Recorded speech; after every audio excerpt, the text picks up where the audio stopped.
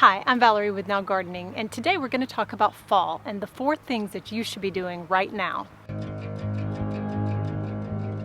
Number 1 is cleaning up from summer. While spring is a time of preparation and planning for our garden, summer is often a time of neglect. And whether that's because of summer visitors, our children being out of school for the summer, in some places the heat is just too blazing hot to be outside working for long periods of time, to sometimes our harvests are just simply overwhelming. So now that September is here and things have settled back into a daily rhythm, I have to get to work. Which brings me to number 1. Number 1 is cleaning up from the summer. So the first thing I do is I weed eat around the garden bed so that I can get in and easily work. And the second thing I do is I weed the garden, things that have come up over the summer.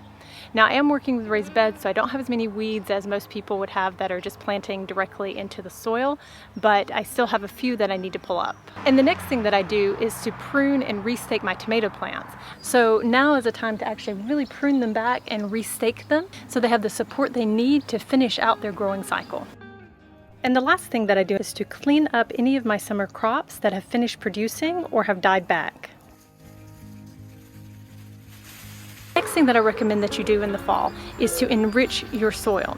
Now this is a time to nurture the soil that has been nurturing your plants all summer long. This may simply be giving your soil a boost of organic fertilizer if you're planning on planting a fall crop. On the other hand, if your garden is done for the year and is going to lay dormant or lay fallow over the seasons to come, then this is a time to really prepare your garden for next spring. This is the time to break out that compost that you've been preparing for months now. This is a time to visit your local farm and ask them for their horse manure, which many farms, by the way, will give that stuff away. Since I did plant a fall garden, what I did was give everything a boost of organic fertilizer. Later this year, when these crops are finished and I'm ready to let my garden lay dormant over the winter, what I'll do at that time is I'll do a mixture of comfrey, compost, and horse manure, and I will cover that with straw and let that overwinter like that. If you don't have time to do the compost and the horse manure and the straw and all that, cardboard is a great kind of quick option, and cardboard is a really great thing to use in the garden